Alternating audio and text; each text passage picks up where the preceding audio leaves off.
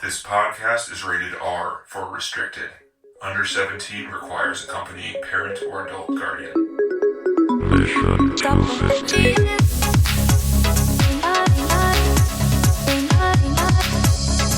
Happy 2025, guys. How you feeling? There's a new year happening right now. Well, I mean, you know, the couple of us are sick. We've had, the holidays pass, and, it's just another year coming here. That's right. Yeah, Merry Christmas, Happy Holidays to you, a building alone, old buddy, old pals. Buddy, old pal. We're going back in time in two ways. We're going back to 1946 to watch this movie, and we're also going back on the list because we put this one on hold to make sure we did it around Christmas time because it wouldn't really make sense to do this one at number 17 in the middle of summertime. So, nope. Even then, we kind we of missed it a little bit. It's still a general holiday movie, though. So we whiffed a tad, but hey, next week it's coming out. It's all right. Still in January, so that's pretty. Yeah, good. we're getting there. Yeah. Some of us haven't put our Christmas tree away yet. I haven't. And why should you? Yeah, no. right. No, I but there's this problem. Like, if you don't, you don't hit it right after New Year's, then when you don't want to be up there all through. If Christmas tree's up in February, then it's a little embarrassing. But well, you got to get the the trash people. They give you 3 weekends to get rid of it. So like 3 weeks after Christmas, they'll pick up your tree. So you have to make sure you get the free tree removal. Otherwise, in Los Angeles, the whole place is a trash pit. Yeah. So you just throw it. You just put it out. Someone will take care of it at some point. No, that's what Boston was like. I remember Boston about that. You put anything out there and you're good. They just throw it outside. It'll be fine. Someone else will use it. It's natural. What's the worst that can happen? All right. So this week, 1946, It's a Wonderful Life, directed by Frank Capra, starring James Stewart and Donna Reed. Let's go 20 seconds spoiler-free reviews if you have any spoilers for this nearly 80-year-old movie. Let's start with who's the most Grinch out of all three of us? I mean, I'm usually the most John Grinch. and TC are both smiling, thinking probably me. Yeah, right. I mean, right. Denny usually starts out really with depends. a movie. At least he starts out neutral. Yeah. I go into it being like, "This is gonna fucking suck," and then and then I'm pleasantly surprised or not. All right, so TC's probably the Grinch, I would think. So TC, let's go. You got a timer up. You got 20 seconds, and go. I thought this movie dragged on a long time before it got good, but I do think once Clarence showed up on the scene, I thought this movie became like a heartfelt, warm kind of, the final act is a nice heartfelt conclusion that I can see that many would cherish, if you will. So I liked it at the end. Before that, not so much. The last 15 minutes where Clarence shows up. Yeah, exactly. Yeah. John, what do you got? I liked all of it. I thought it was really moving. I thought James Stewart did this awesome performance of being frustrated and pulled in a direction. This idea of you have what you want in your life, but then other circumstances dictate otherwise, and how do you deal with that? I thought so. It resonated really with you, John? Oh yeah. I just thought it was really well done. It was really moving. I thought it was great. Nice. And I put my timer for 20 minutes. That's probably too long. Probably. I'm a bit biased when it comes to this movie. We used to watch this every year at my family. Oh, wow. At my family's house. So it's been probably 10 years since we did that. But watching it this time, it still hits really hard. I love this movie. I think Jimmy Stewart's performance is one of the best things I've ever seen in a movie. I think it's kind of weird that everyone says that Brando brought to the forefront this emotional male acting when Jimmy Stewart does it in this one. That's a good. That was a good 20-second reviews. I think. Great to see Brando. So none of do us this are one. really Grinches about it, but no. It does. You guys don't think it drags on a little bit though in the setup because you don't know where it's going really. The setup is the movie. The whole movie is the setup. I almost thought it was sort of draggy because I knew they were going to have to go around and see a bunch of things that happened because he wasn't there, and it's I kind of know what that's going to be like. I don't necessarily need. Again, Clarence was really great. He was. I feel like this movie has lots of little touches where they're adding stuff that doesn't have to be there, but it makes it so much better. I didn't have a drink. It makes it that much more compelling when they have those Clarence moments. Best depiction of God ever. So I just that's love the weirdest part of the movie, man. I thought that part though. I didn't like that part. I was like, why the fuck are we watching? It zooms past a plastic moon, and it's God talking to Joseph. As galaxies in the sky. So science doesn't exist in this universe, right? So stars are God and dead people. They're not actually gas. Well, when you're God, you're a whole galaxy that Yeah, he's a talks. nebula. He's the biggest one. Yeah, it's like Yeah, I don't know if I wasn't feeling that, but it was so know. ridiculous that I accepted it. It went so far off the field of even being remotely like positive. I kind of agree that it's so absurd that like I think the religious parts of this movie would bother me more if it was more based in if like it was just more the like religion. real, like right. they actually tried to make it realistic. That's exactly right. I think you're exactly right, Denny. I would be normally very annoyed with this sort of thing, but because those pieces of it are so because silly there was an almost. actual angel and you could see him. It's like, oh, this is a fantasy. If they were just talking about an angel, or if like they didn't show him, or if they tried to ground it more, it wouldn't have. I think that's probably why I thought that first half wasn't awesome, because it's like, what is going on here? Because I don't know if I've ever seen this. So really, I was like, I don't know what the hell's going on here, but these two god things talking to each other for the exposition is not doing it for me. But once Clarence became a reality, then it actually did work okay for me. And like I said, that's when I started being like, hey, this movie's all right. But it did take a real person to be connecting those dots. For it to make more sense. To see what was going to happen, other than you just watching this slow exposition decline of this with guy. weird space shit. Yeah. Yeah. Was it that one scene that threw you off for almost the entire movie? Yes. Yeah, it's 100%. It's It's the understandable. beginning, and I'm like, this is ridiculous. No, it I makes don't know sense. what they're doing here. Right. Okay, that makes sense. That it sort of like sets the stage for something. Because this movie is a drama about a guy. Like this has one of the best. The way I like to think about this movie is it's a romantic story. Like their romance between each other is so good. Like the way they look at each other just by itself, the acting there. I don't know what was going on behind the scenes, but there's some real like they looks you there. mean him and Mary or whatever? Yeah. Donna Reed and James Stewart, like they look at each other and their scenes together are like they're great. The best romantic scenes you could, ever watch.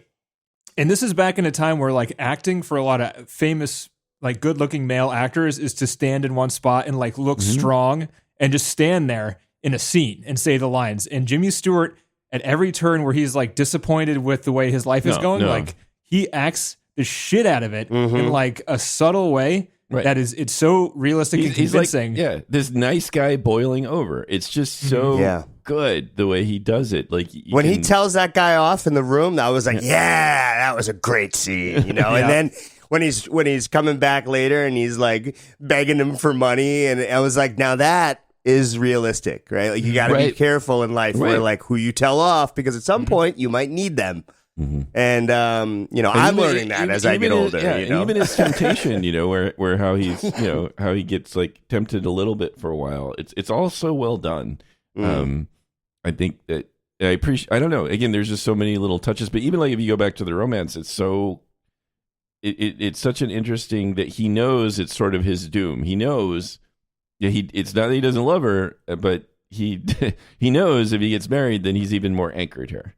And so so the sequence how he's fighting that is also really well done, and he displays those kinds of emotions really well. So it's not just like boy meets girl and boy falls in love with girl and they won't or whatever. It has this that the whole centerpiece of him feeling stuck and being trapped where he is and not getting to do what he wants with his life, and so therefore not appreciating anything else around him is just really remarkable. And the way all the other characters do, even they all seem very much, I don't know, grounded. And for Sam Wainwright, fuck that guy, super annoying. Well, he's almost, but he's not the focus of the film. Like we don't even care. We don't learn what happens to him afterwards or anything like that. There's what don't we? Oh, we see he's him. the guy who made a bunch of plastics. He's the guy who like wired. Oh no, Sam. I'm sorry. I thought you were talking about the evil guy. Sorry, I forget. That's Sam. Sam, you're right. Yeah, that's true. He just kind of comes in. Yes, whatever.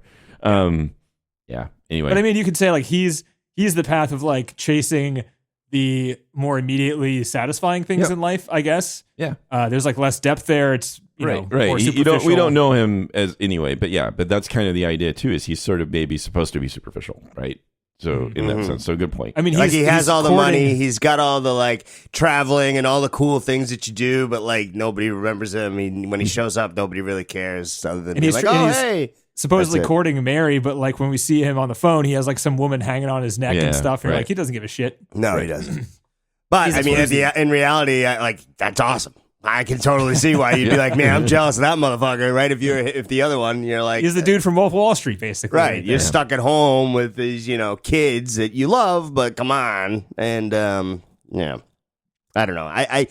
I do think that they nail life in this for sure. But whether or not that's fun to watch for the first half, it can be. It might be hard if you hit don't or know where miss. it's going, too, I guess. I Right. mean, Once you get to Clarence coming on screen, yeah. man, then you're like, oh. And the way it I brings get back it. everything they just showed you to Yeah. prove to him that everything he did was important for not just like his life and the people surrounding it, but like thousands of people outside Right. of his scope of the world. Like it's such a good way to bring it together. Cause like I can't even remember the first time watching this. So I've always known that that's kind of the point, you know? But it does that like right in the last 15 minutes, and which is in that last scene too.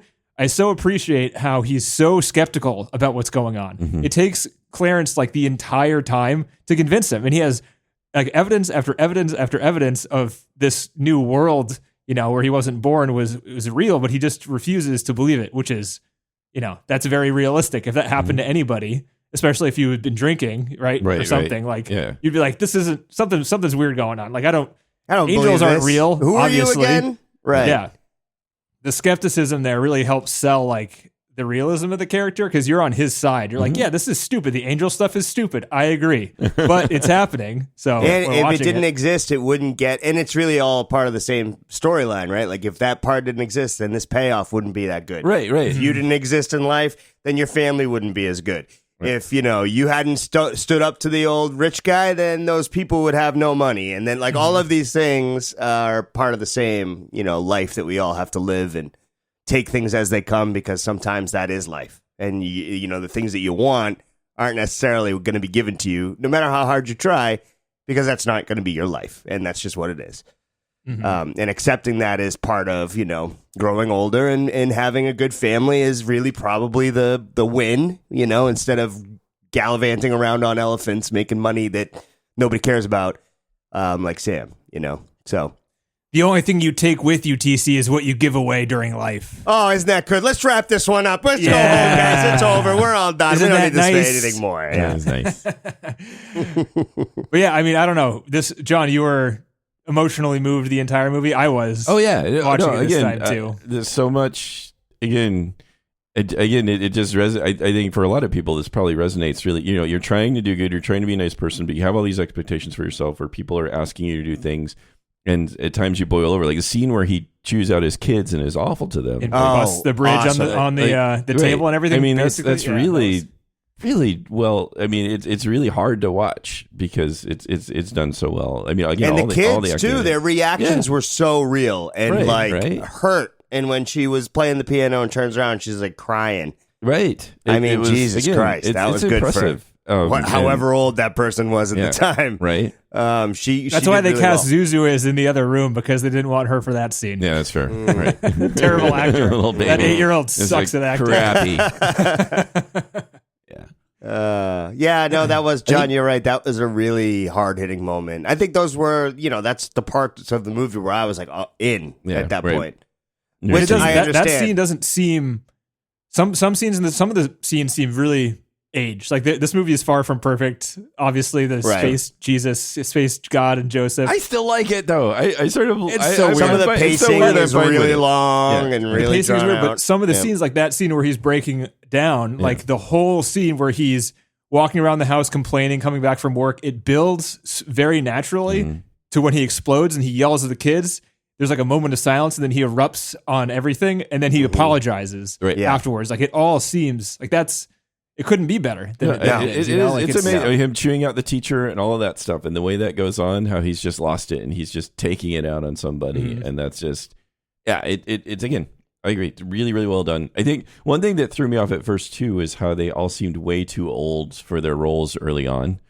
Like Jimmy they're- Stewart's a young 38. He's supposed to be a high school kid. Right, I They're know. supposed Like to be all of them, like it's- 20. Yeah, think Like are 19? they all like right out of high school or something? And none of that works. None of 38. that Jimmy fits, Stewart's right? like, I'm going to go to my younger brother's high school graduation party and try to bang some chicks. Yes. Yeah. That's what he's saying. But That's maybe- what he I don't tried know. to do. Yeah. That's what he did. He actually did it. Good job, Jimmy. Hey, good job. Living the dream. Hey, it's still legal. 18 is illegal, John. Just because you're There you 38. Don't knock the All right, lifestyle, yeah, I know. John. Yeah. That one got me, Denny. Yeah. We got this, And if we you're got the good looking, John, yeah. if you're Jimmy Stewart, you can go ahead and do it, and you know they're not going to If you complain got about it in 10 delivery years. like that, you Oh can my get them God. at any age. I think we'd have to go there with this film. I mean, yeah. How Did can you- you not? did you how miss can us, you John? not Did you bring miss that us? up though? Because I was thinking it. I'm like, he's supposed to be in high school. The guy's a Right. full, Well, all of like these, all of middle-aged the actors, man at this point. Yeah, all the, I mean, Jimmy Stewart in particular looked older, but they all looked way too old for their roles. I mean, so They made him older back then, John. He's like 6'8", 38 years old, high school student. Come on. Yeah, that makes That's sense. Yeah. Doesn't matter. It's a movie. People aged a lot earlier back then. Times were were born tough. That older. is true. Times are tough. Yeah. People were, there was wars and stuff. Yeah, you didn't It's take probably baths. pretty quickly I don't know. at 18. A lot of lead in the water. Yeah, that's true. Another really good scene in this movie is when he's at the bar by himself praying. And the praying stuff usually would especially when it's plot involved praying, that's like actually going to get a response from God would Right. bother me. Yep. But again, I'm able to focus. The acting from Jimmy is so good in that scene that I don't care about the implications in the plot or No, and it being like a religiously but this based doesn't movie feel sort of thing. this doesn't feel religious though, in the sense of it's not about like appreciating God or being thankful to God or anything. It just to do with includes God. him. It's God- not God's like it's there. not like religion is good. It's No. just like God is a star, guys, and then this God's plot a big- is about this that guy. story is a whole galaxy, man. But Yeah, that's right. But it doesn't. It's about appreciating the things you do and recognizing how your impact on people. That has nothing to do with God necessarily. So it's sort of, I think, the general. It's more of a Jesus thing. Yeah. Well, anyway, but the general theme of the film sort of works. Anyway, it doesn't feel like it's a religious promoting film in that sense.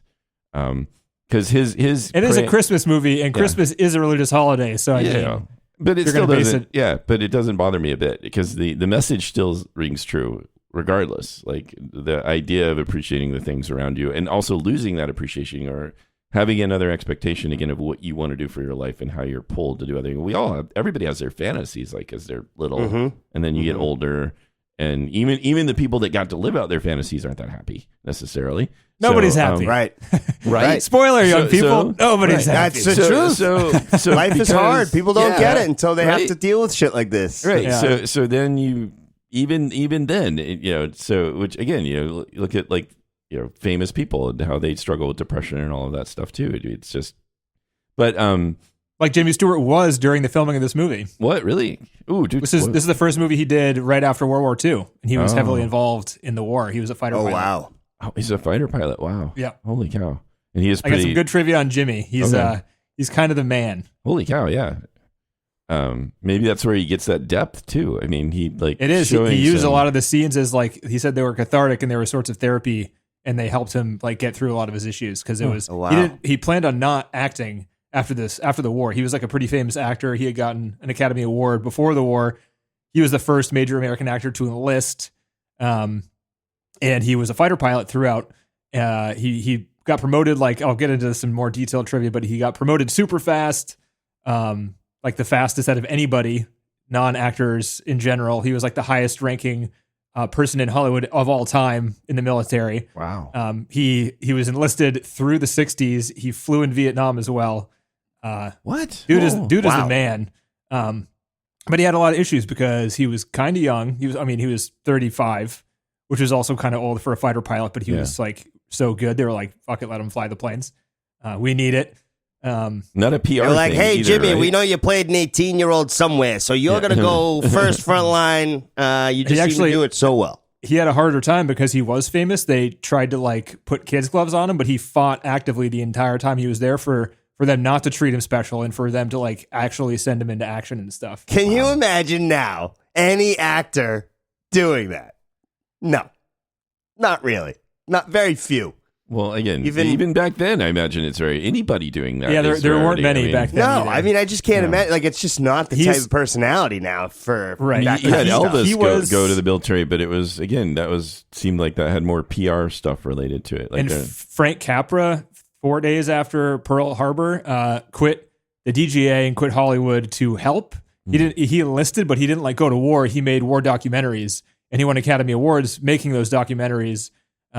And they're considered some of the best war documentaries ever because he'd actually go out and get war footage and then show Americans. They were kind of propaganda films, quote unquote, but they weren't propaganda. They were just like, Showing here's the what's real happening. This is why we're fighting. And the documentary series is called Why We Fight. Oh, And you can still watch them. And some, like, they were so objectively fact-based that one of them was called something about Russia. And at the time when they made it, Russia was like an ally, right? So like it was positively promoting Russia. But as soon as the war ended and Russia was no longer an ally, that film was banned until They the got 80s. pulled that one, yeah. Oh, Yeah. wow. Yeah. So, I mean, like, that's how they were just like, giving facts. It wasn't politically motivated at all. That's what Capra did. So these two guys, heavily involved in World War II, this is the first thing they did when they came back from the war, was this movie. Yeah. And Jimmy Stewart had to be convinced mostly by Lionel Barrymore, who plays Mr. Potter in this movie. He was like the great grandfather of Drew Barrymore, Hollywood family there. Convinced him to play the role, and he did, and he was very happy he did because he got back into working. But his plan was to just go back to Pennsylvania and work at his family's business, just to like go home, forget it all, relax. What a contrast to like his character in the sense It's of the like, opposite, right? But in the same way, Right. Jimmy Stewart graduated from Princeton as an architect. Oh wow. Wow. Yeah, So this guy was just unbelievable, basically. he's a boss. Yeah. He can do anything, and I mean, he became an architect, but he wanted to become an actor. Like, he got involved in acting clubs and stuff. So instead of becoming an architect after college, he went around to small acting clubs. He acted on the Cape, actually, Cape Cod, for a while. That's where he got his start on like small little troops, and then worked his way up Wow. to become a leading man. That's pretty awesome. Yeah. Dude That is the is man. pretty And then awesome. Donna Reed, she has a small role, but she's equally as great, I think. Well, she doesn't have as much to do, but she's like, I couldn't imagine somebody else doing Wow, this role. all of the whole cast seems to be like. I mean, his uncle is awesome. Mm-hmm. And again, I love the little touches. Like, his uncle is into exotic pets, and then nobody mentions this, but they have like a. You think a fucking crow and a squirrel are exotic, John? Well, not I go outside unusual. and get Let's both say of those right unusual. now. Let's not say exotic. Is not the right Unusual's word. better. Okay. Unusual Yeah, pets, okay. like, right? So I guess so. Exotic isn't the right word. I don't know. But anyway, it's just sort of. It's just they just throw these little touches in. People aren't commenting, And on they it, on love anything. him.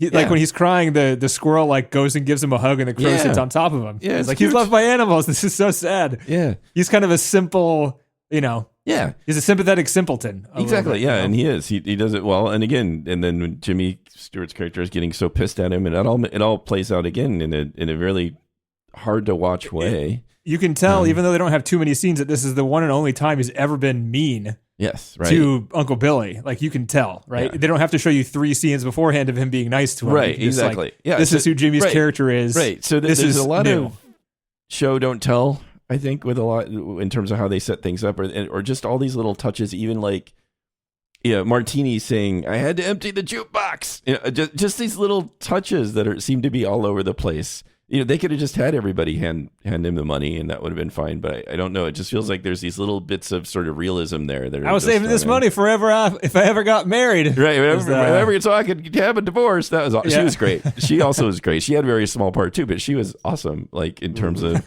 her character, I would be if I thought either of you two Lung has anything worth listening to. I know. Yeah, and she had great lines. Yeah.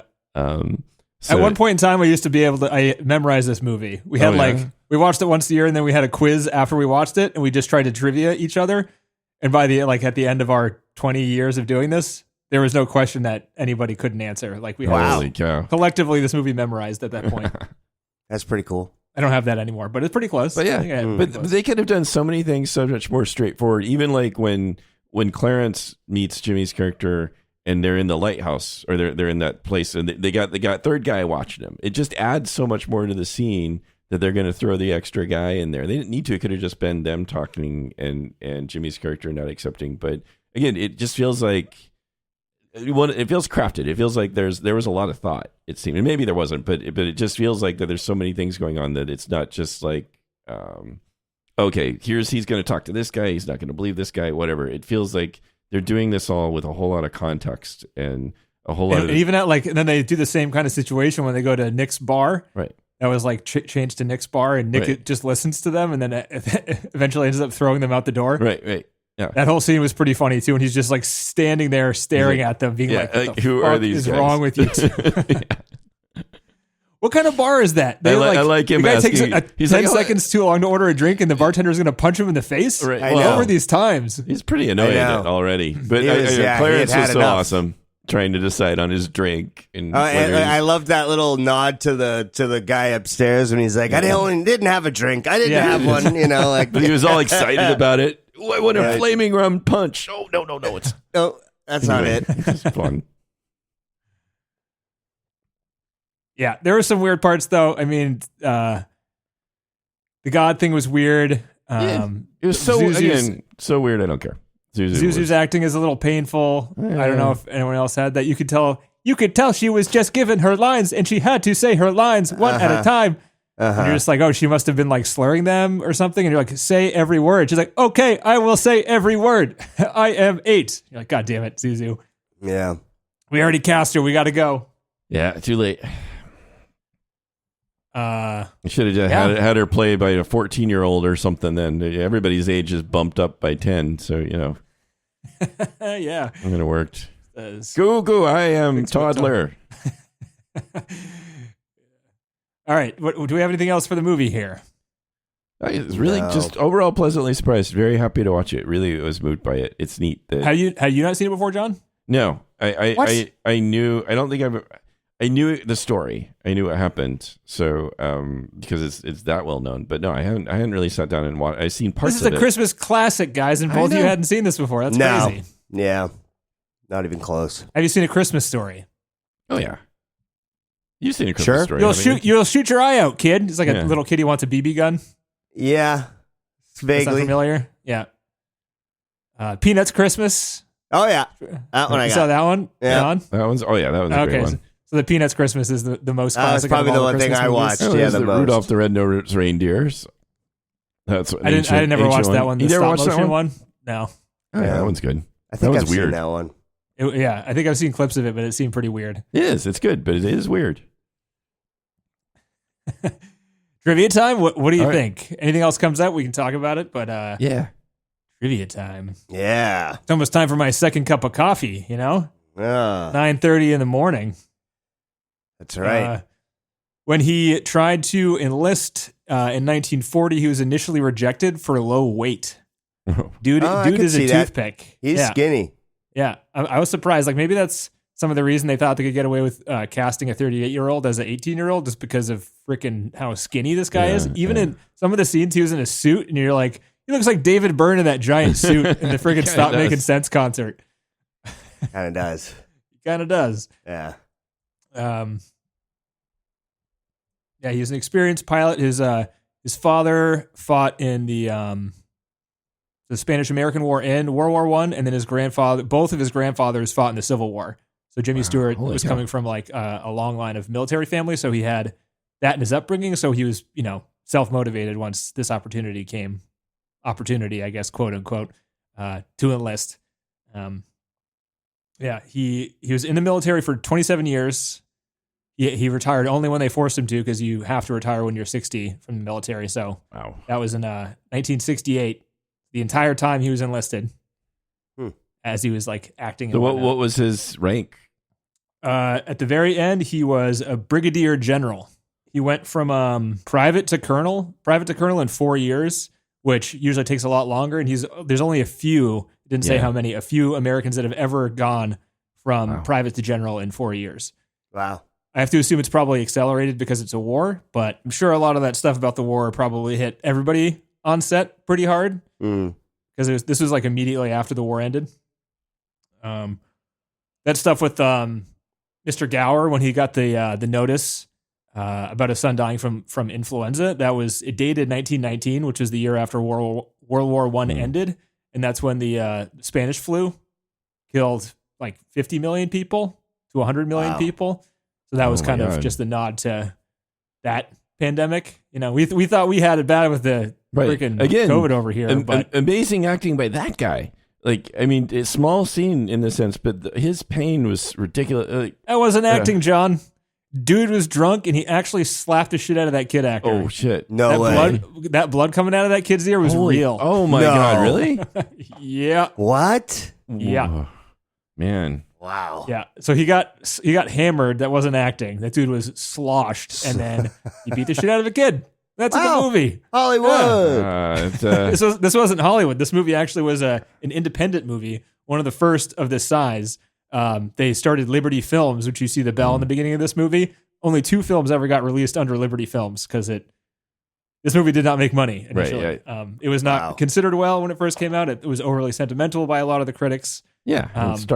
And when it lost all the Academy Awards to The Best Years of Our Lives, all 5 of them that they were nominated for, it kind of disappeared for a long time until the copyright expired in 1976. People snatched it up, started playing it on Christmas on TV, and then the popularity re-exploded for this movie. That's interesting. It was basically forgotten about until it was made in 1946. So 30 years just completely forgotten about until television happened. Huh. That's crazy yeah, too. that is crazy. I mean, I wonder. I mean, again, you starting off with the God Galaxies talking. A lot of critics, people be like, "God, what is this nonsense? This is just, I don't know." As a critic, you might be like, "I'm off board right now. Nothing else in this movie can bring me back on. This is the stupidest thing I've ever seen." Wasn't there a scene in Ben-Hur where, like, for some reason, I remember like a spaceship dropping Ben-Hur off into like. Was it like a beam of light from the sky? Wasn't there like a beam of light from the sky that like planted Ben-Hur in a bed somewhere in Egypt or some All I shit remember like from that? that one is they would like show Jesus with gorgeous hair from the back. Yeah, there was some weird shit in Ben-Hur. Right. Like weirder than this one because that one takes itself super serious. This one does too. I don't know. That part's more jokey. It has weird like strings, does like twinkle twinkle little star, and they're just like Clarence comes peeling in as a star and just I know that's like again that's hilarious. It's like Monty Python or something. Yeah, it is. Yeah. It is Monty Python. Not that one. We don't want that. He's okay. Fine. Come on, Clarence. Zip. And like, what? Why is God hanging out with Joseph? No, it's just kind of random. Joseph, isn't it? like Jesus is. He's Jesus's kind of step. He's his raised father. Right, because God is Jesus' dad, and Joseph maybe is the that's guy why who raised they him hang while out. he was Though on you know, Earth. they share the same son, kind of. So maybe they're buddies, drinking buddies. I don't know. Where's Jesus at? Why is he hanging out with Jesus? What Jesus is doing with himself. Jesus is definitely number 2 up there. Yeah. Joseph's kind of maybe Joseph's the guy you want to have a beer with. It's not the Joseph. Maybe just another Joseph. I don't know. Just a random Joseph. Yeah. He's worked his way up the heaven corporate ladder, I guess. So he had PTSD after the war. He had, never really recovered from that. His acting got noticeably, if you're a Jimmy Stewart fan, noticeably darker after the war. It's noticeable. There's actually a lot of Jimmy Stewart movies I haven't watched. I kind of want to watch them now. I haven't seen Harvey is supposed to be really good. Either of you seen that one? The imaginary rabbit thing. Is that what that is? I don't know. Never heard of it. He got nominated for a bunch of stuff. It's supposed to be like a classic. He was also in Anatomy of a Murder, which was the basis for Anatomy of a Fall, that more recent movie. It's like a courtroom mystery of like who's telling the truth and stuff, and it was supposed to be good.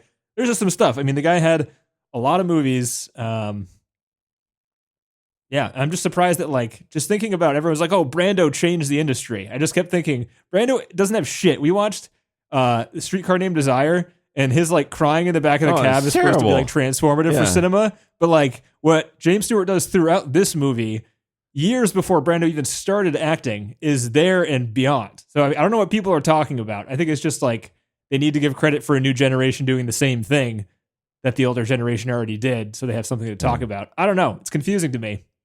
And I was thinking about it while watching this movie because of this podcast. But I don't get it. Fuck Brando. I mean, we saw. That's fine. Really that works for me. Mr. Smith Goes to Washington too. I mean, that was 39. And Rear Window, he was great. He was in Rope, really good in Rope. I liked Rope. Rope was a good one. Yeah. They founded Liberty Films to not have any studio boss interference. It was founded with William Wyler and George Stevens. But only 2 films were made, and then it dissolved because, they lost money. This movie cost $3.7 million to make, and it only made $3.3 million, which is not good for a movie back then. It wasn't. nowadays you kind of double the budget to see what you need to break even. It wasn't quite that, but you needed to at least make the production budget back to come close, and they didn't do that. And since it was independently funded, they weren't a studio, so they couldn't eat it as much. So it definitely devastated them. They went bankrupt after this movie failed. Oh, that sucks. Yeah. But yeah. So $3.7 million budget. A lot of that went into building the town of Bedford Falls. RKO Studios, which were one of the production companies, had a bunch of land out in LA in the desert, basically, as a ranch. And they built on a 4 acre set, built this entire town. Yeah. They had 3 city blocks with 75 buildings on the city blocks.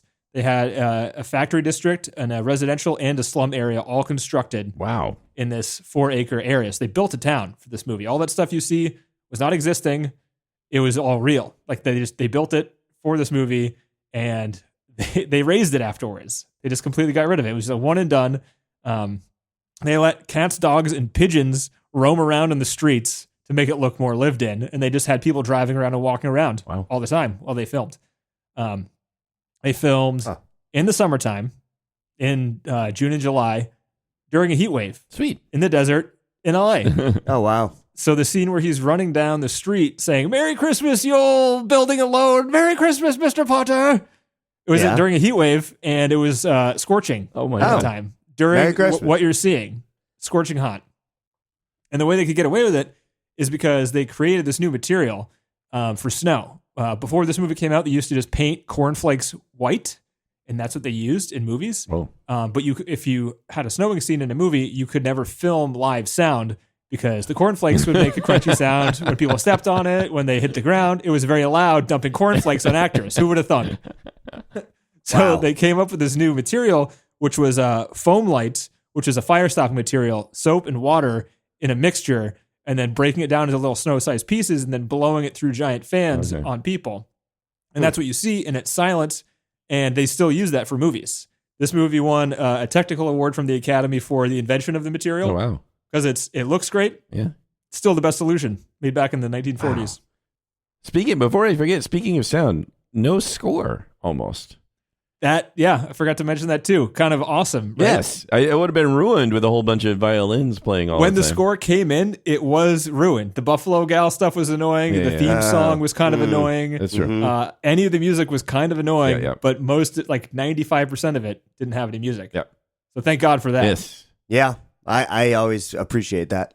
Yeah. And you could tell that the sound was recorded live. So really, that was Frank Capra's vision, because he didn't like it how movies always just had dubs. It's like, no one looks like they're in the room. Like, you can tell that they're not saying what they're saying right now. Nobody else, like, people don't care about this. This sucks.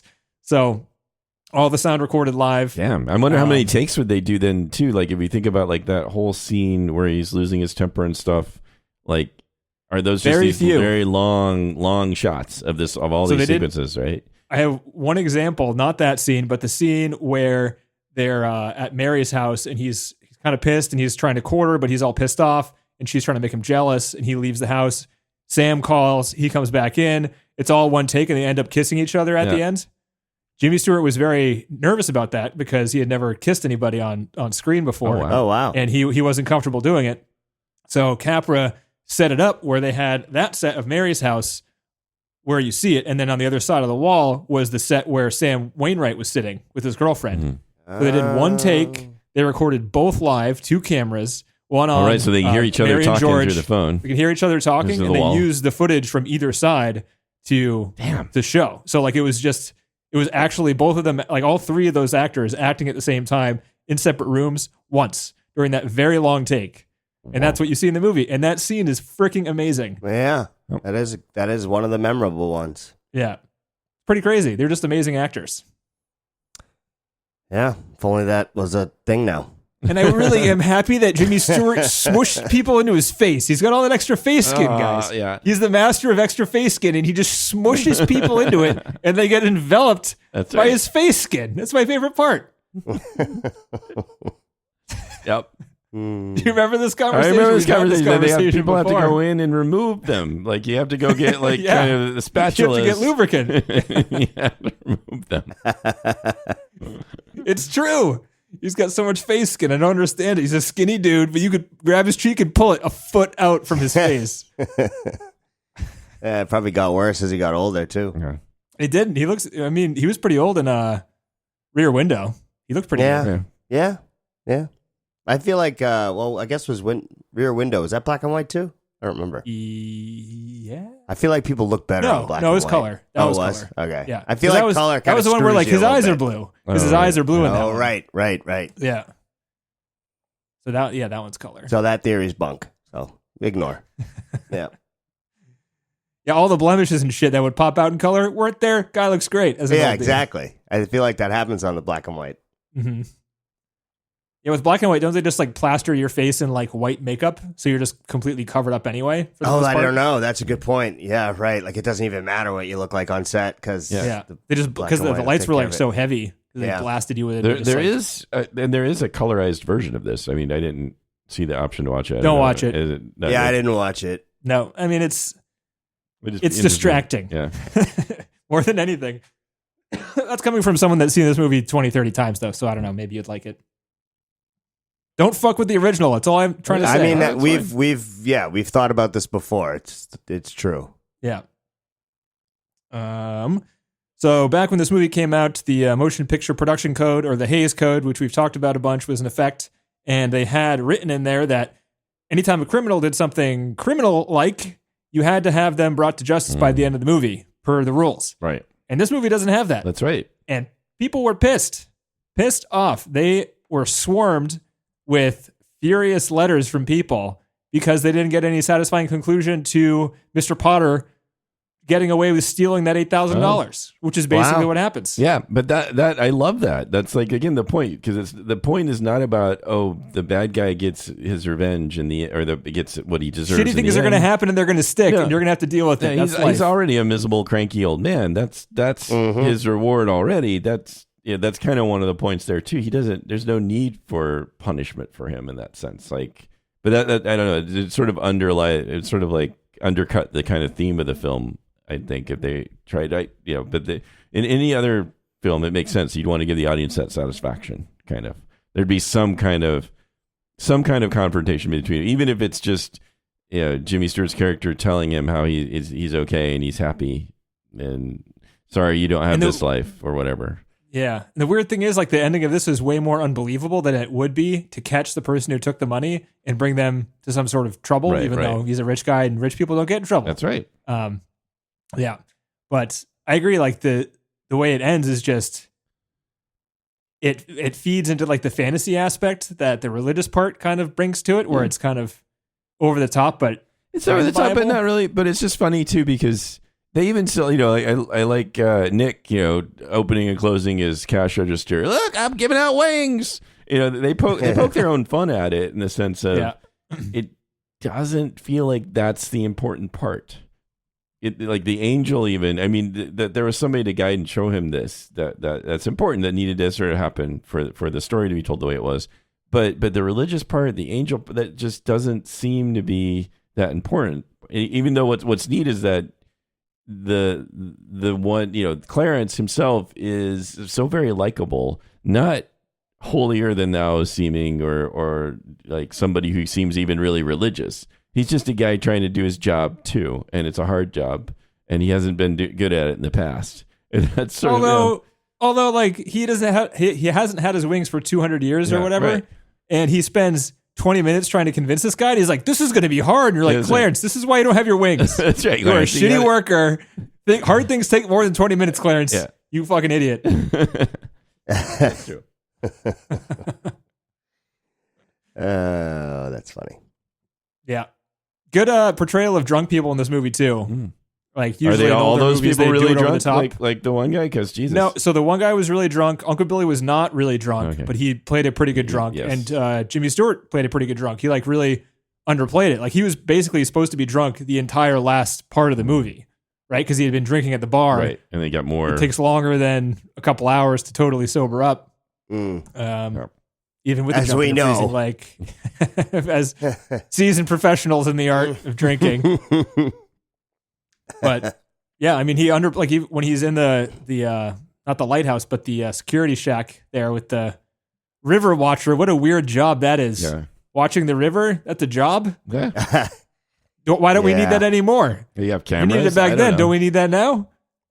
A camera's not going to save you Sensors. from someone jumping in the water, That's true. John. That's right. You need that guy to pull you in for the Yeah, last the river rocky watcher guy. portion That's on the right. edge. Rocks are slippery. Needs They some are.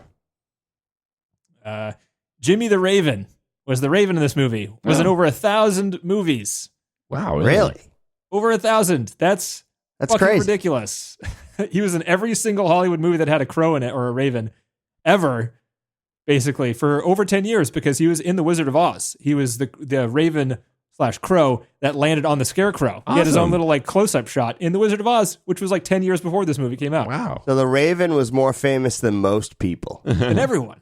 1,000 movies. There's That's like insane. there's like a couple people that have 1,000 movies, and they're like people that just are in 15, 20 movies a year for their entire lives in small roles, sort of When thing. the Raven died, did they have like a large Hollywood funeral or what? That's I'm sure they had to put Jimmy Right? on the in Gotta go to the wake. remembrance. I gotta go to a wake today. Yeah, yeah. The Raven died. They had to have him on the Oscar reel, in remembrance. Maybe they lost Right, Jimmy. exactly. His Wikipedia page is just Jimmy (parentheses Raven). Oh, He's okay. Jimmy. Jimmy Raven. It's Jimmy Raven. Come on. Yeah. He was hatched. Oh, dang. Hatched 1934. Years active 1938 through 1954. Wow. Hey, that's a long time. Yeah. That's 16 years acting. I didn't know for a Ravens frickin' bird. lasted that long. Yeah. That's pretty crazy. Let's see. Death. No. No one celebrated. That's too Yeah. bad. Yeah. I'm sorry. He's It's a bird. probably was already replaced by some other Raven. Just that's Probably. the The way. guy probably didn't tell anybody for He's That's like, right. hey, we got Jimmy. He's That's a little Jimmy. angry these days, but he'll peck you in the face. But it's Jimmy. He's Trust a little me. out of sorts. Don't worry. He's just had some drug trouble, but he's getting over it. That doesn't he look shrunk. like Jimmy, though. Raven That's shrink. Jimmy. They- It's Jimmy, too. Yeah, he had some It's work okay. done. Everybody's getting work done these days. Jimmy He got his had some legs work shortened. done. Yeah. It's the new style. He got his legs shortened. That's It right, happens. Had a little beak reduction surgery there. That's all. It looks a little different. Didn't go so well. Don't look Don't ask new any Jimmy questions. in the eyes. Don't look him in the eyes. Right. Bella Bondi, who played Jimmy Stewart's mom in this movie, played Jimmy Stewart's mom in 4 other movies. Oh wow. Wow. This is back in the day of like the studio machine where people signed on for acting gigs and just made 10, 15, 20 movies with them, like 3, 4 a year, just pumped them out. Yeah. And They this still movie at do the that. ti- Yeah. Yeah, but they don't really say- 5-year actors don't really contracts with sign the studios. or studios, right? Actors don't. Actors don't really. Actors sign to like a role, but they don't sign to like a studio. Like back then, No, like what's his name there? Jim Halpert. He had a 5-year deal. Adam Sandler, I guess, had the Netflix deal. Yeah, they for all a few have deals movies. that are long term for them, and some of them include true. acting only. Some of them include acting plus directing, and then they have different fees for all over the place. It's That's true. But they still back do it. back in the 40s, if you were a famous actor, you had to have it. Like it wasn't like an option if you wanted like some easy work for a while. Like this is how the industry worked. If you were famous, you were Under signed to a contract with the studio. Right. And then sometimes the studio would lend you out to another studio if the other studio Oh, wow. paid them enough. Sort of. I mean, So, I feel like they that could owned still you. happen. Yeah. They look at people like little pawns.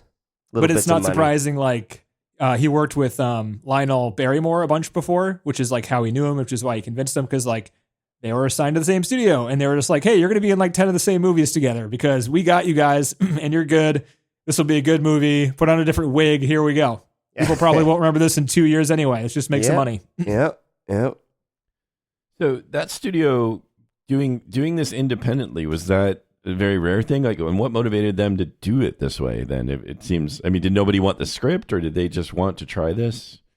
They didn't like studio bosses telling them what to do. Okay. So back in the that other makes movies, sense. they always had studio people being there like, you can't do it like this. Basically, they were directing the directors Okay. back then.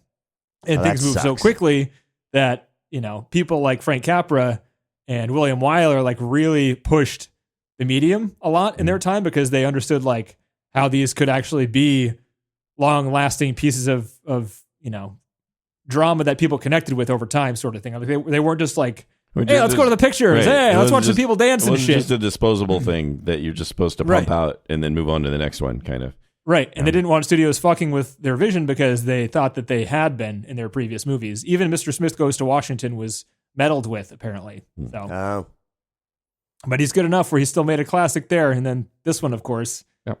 I mean, this is easily, this and Casablanca, looking at older movies, Casablanca, just for maybe the editing, seems a little more modern, a little smoother in terms of the editing and pacing. But like some of the scenes in this one and the acting seem extremely modern. Oh yeah, in this. yeah, definitely. Again, it is not hard to watch at all. And maybe theater has always been like this. This feels like really good theater because they're doing it in one take and they're all in the same room and they're you're getting the real sounds. It's rehearsed. And it's and coordinated and it fits perfectly in the story and like where the character is when the scene starts and where he is at the end. It brings you like to the next scene. Like it moves smoothly from the previous one and goes smoothly into the next one. Like the characters in the movie are just like, you follow them really smoothly in this movie, which doesn't happen a lot because you have to cut a scene out. Then you're like, wait, why is he doing that? I don't get it. This character's motivation. And it has to be good. That's so hard to do now because people aren't like that anymore as actors. They are so used to being able to being cut up and chopped up and edited and worked around that like you don't and leaning on reshoots. Like if we don't get it, we'll just like put it like write a new scene, put it in and reshoot it because we're all on the green screen. I'll come in, on a day and we'll get it. Why rehearse? Just show up. You know. Did they have rehearsals? They didn't talk about rehearsals. I bet they did. I would think they would have had to. I would imagine. There's a lot of blocking going on. Given there's a lot of stuff happening that they got to get right all within one shot. Well, the thing is, a lot of it was improvised too. Oh, really? Strangely. Like the bar scene, a lot of the dialogue there was improvised when Clarence was in the picture. Jesus. And they're only like doing one, they're not doing tons of takes. So it's like, but they kept them all in. Kind of amazing. It works. I mean, like usually where with the improvising, the woman comes in and asks for, like everyone's asking for $20 when there was a bank run, and the woman says $17.50. Oh, yeah. She was supposed to say $17, but the $17.50 like caught Jimmy Stewart off guard, and he kissed her, and that was like a surprise. Oh, so that was all improvised, and that was in the. They just got the shot and ran because they didn't have time. The scene where Uncle Billy is saying goodbye to Jimmy the night of the party after Harry, was it when Harry gets back the first time? I think so. It's when Jimmy's outside and he's about to go picket at Mary's house, and Uncle Jimmy's drunk, and he's just like, oh, hey, oh, buddy, old pal, or whatever, and he just like points him in the direction. He loses his hat and then goes off stage, crashes into something, and says, I'm all right. I'm all right. That was a mistake. And that went in. There was a cart of props from the prop guy right off set, and Uncle Billy just fell over into it and made the noise. And you can see Jimmy laughing in the shot. He's trying to keep it together, but he's like laughing in the shot because it was a mistake. And there you go. It's in the movie. Nice. That's awesome. Yeah. So this movie has a lot of that, despite how kind of formed it seems, or like constructed it seems, because it doesn't necessarily take away. It adds. I mean, this movie is about humanity, right? Like the more humanity you can put into it, the better it is. Otherwise, it would just be like, if the acting wasn't good, this would seem like a weird, preachy life lesson about how like poor people should be happy with their lives. You know, like something like that. Right. It doesn't. Yeah. Yeah, but it's not that at all. It's not. kind of just You know, and I think he's just so likable. That's why, Stewart. He's just so likable that even as a rich guy, he still comes off as a normal guy. Yeah. I mean, now that you guys are talking about all these things, it makes it a little bit more, Dude, throw it on next Christmas. This movie never gets old. It's seriously so rewatchable. Right. I'm hearing you. No, it just dragged on in the middle or the beginning. You'll like it the second time. If you know where it's going. Now you know where it's going. I think you will. When you're not as surprised by two nebulous. Not waiting for those galaxies to show up again, wondering what the hell is going to happen with that. Going to happen next, then it makes a little more sense. Is this space god going to come back at any point in the movie? Because I really hope not. That was fucking weird. It was. I got the remastered 4K, by the way. If you are a fan of this movie, they just remastered this in 4K. It looks freaking great. Oh, that's cool. I was used to watching this on a VHS tape that we had recorded off the television, with the commercials intact. Oh, nice. As you do back in the 90s. You get the double VCR, one for recording, one for putting the rented VHS tape. Hey, you want to watch Die Hard 2 again, kids? I got it ripped off the freaking video store down the way. Yeah. Just have a whole bunch of commercials in there. But yeah, it looks great. there's a scene that I didn't notice, but they pointed it out that when Jimmy Stewart's praying at the bar, it's noticeably grainier. It's not that much grainier, but it is noticeably grainier. It's because they didn't expect Jimmy Stewart's acting to be that good in that scene. They didn't expect him to go like all the way like he did. And after they got that, it was one shot, one take. And they Frank Capra wanted to reframe it and zoom in on Jimmy. So it's basically like the shot they had was a much wider shot, but Frank was like, we need to get in closer on this because this is some good shit right here. So he sacrificed visual quality just to make it better, which good call, I think. Yeah. Donna Reed actually hit the window with the rock. Oh. Frank Capra didn't think she was going to, so he hired a sniper, like a rifle shooter guy, to sync up and shoot the window at the same time. But she convinced him to give her a shot, and she hit it first try. Nice. Wow. So, all those shots are real. Like there is some stuff in this movie. It's kind of like Jimmy and her hitting the windows of that old house. It kind of looks like a matte painting for a second in the background, but it's not. It's just like, it just looks old and black and white. Same with like them jumping into the pool where you have the two people, like everyone's jumping in. Oh, yeah. And there's two people in the foreground, like talking to each other. You're like, oh, they filmed that in the background. And then they're in the foreground, separate shots. But no, because then they jump into the pool and you can see them almost hit everybody else, like going into the pool. That looked insane. Again, It looked dangerous. Yes. That was People were diving in head first into people in right. the water. You could fuck yourself up doing that. Yeah, you would. And people were jumping in feet first on top of other people. Yeah, looked like fun though. That pool exists, still exists. It's the Beverly Hills High School Gymnasium. Oh, wow.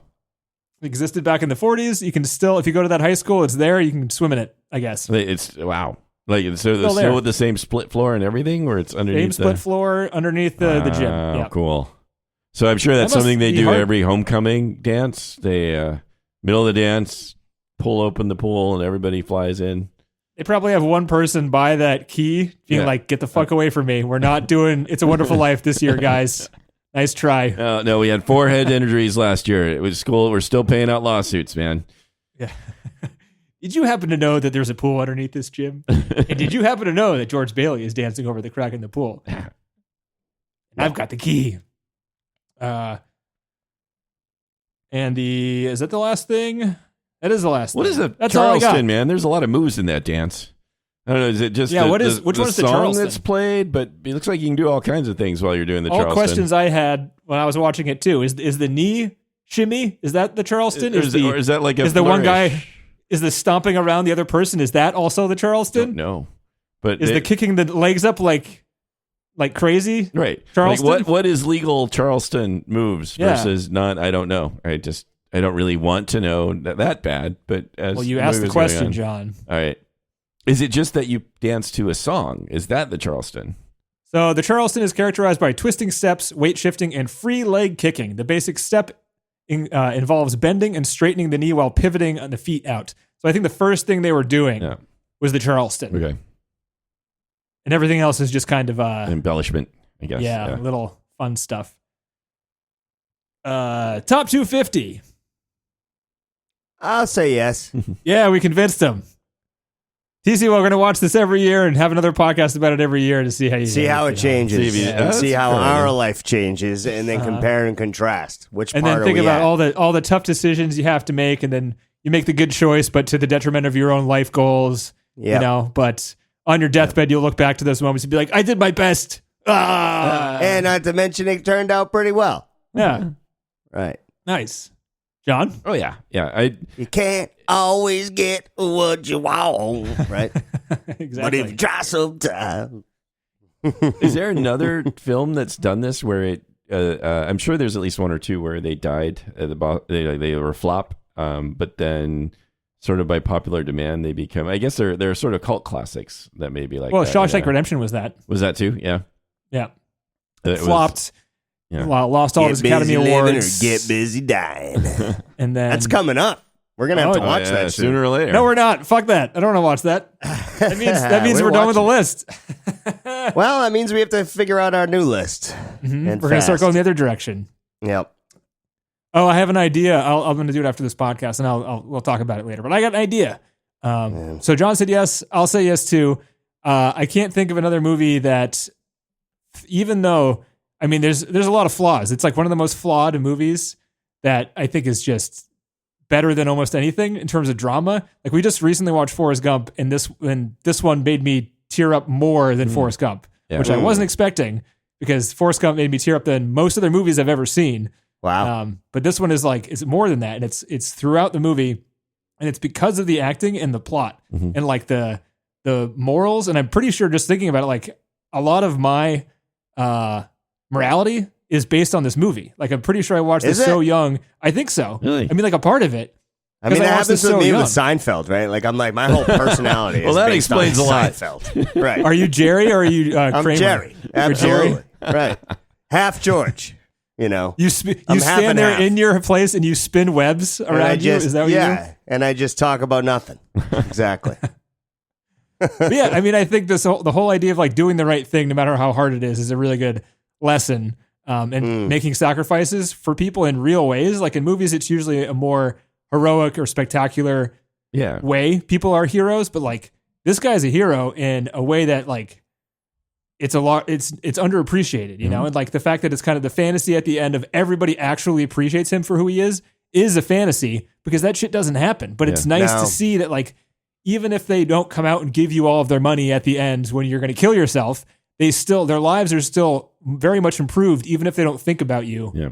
Right. And you have to like take that as like enough for these people, which is part of like why this is so hard to do for a lot of people. Right. That's why we have fucking Mr. Potter as president of the United fucking States in a couple of weeks. Right. He's literally fucking Mr. Potter. What the He fuck, is. guys? What is wrong with people?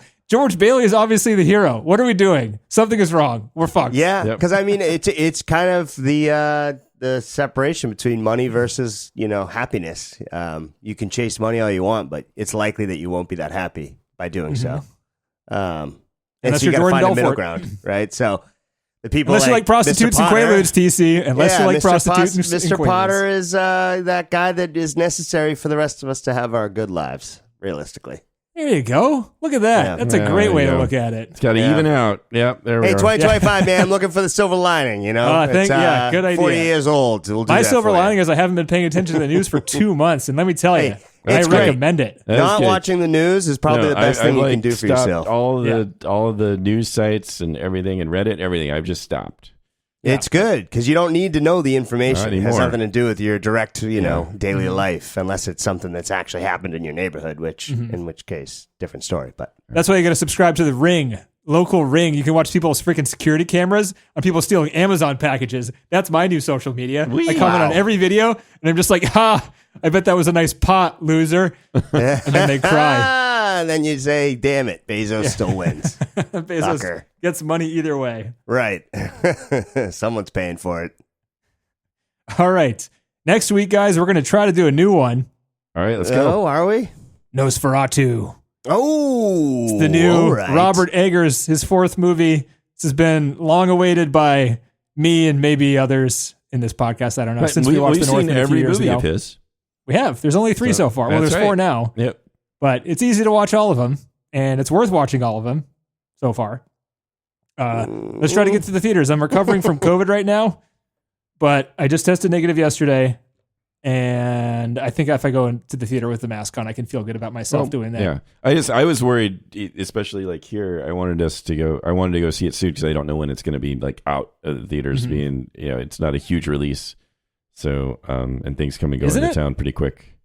I thought Well, it was. I mean, I feel like it's going to be out for a little while. I hope so, but I worry with Movies some don't of come these- out. There's a lot of January. billboards out here, Yeah, so they're definitely. It's number cool 3 at the in box LA. office Is right it? now. Oh, that's great for a horror And it's film. behind Mufasa and Sonic the Hedgehog. So, I mean, like, of course, it's not going to beat those two Well, no, during but- Christmas. yeah. But it's doing good. It's beating Moana 2 and Wicked. Look at that. Well, Wicked Well, had been out. Wicked That's now. right. Yeah, Wicked. Wicked's been out for 4 weeks. Yeah, Don't shit on my facts. sorry. Yeah, It's yeah, above Wicked, Wicked. excuse Wicked us. is still probably the biggest draw. That was the hit. That There's- was probably the hit of the year. Was Wicked, but right.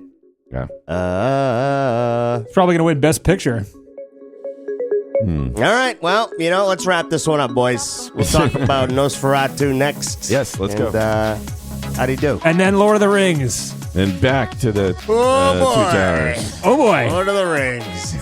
All right. Talk to you All guys right. next time. All right, See you take later, care. boys. Bye. Bye.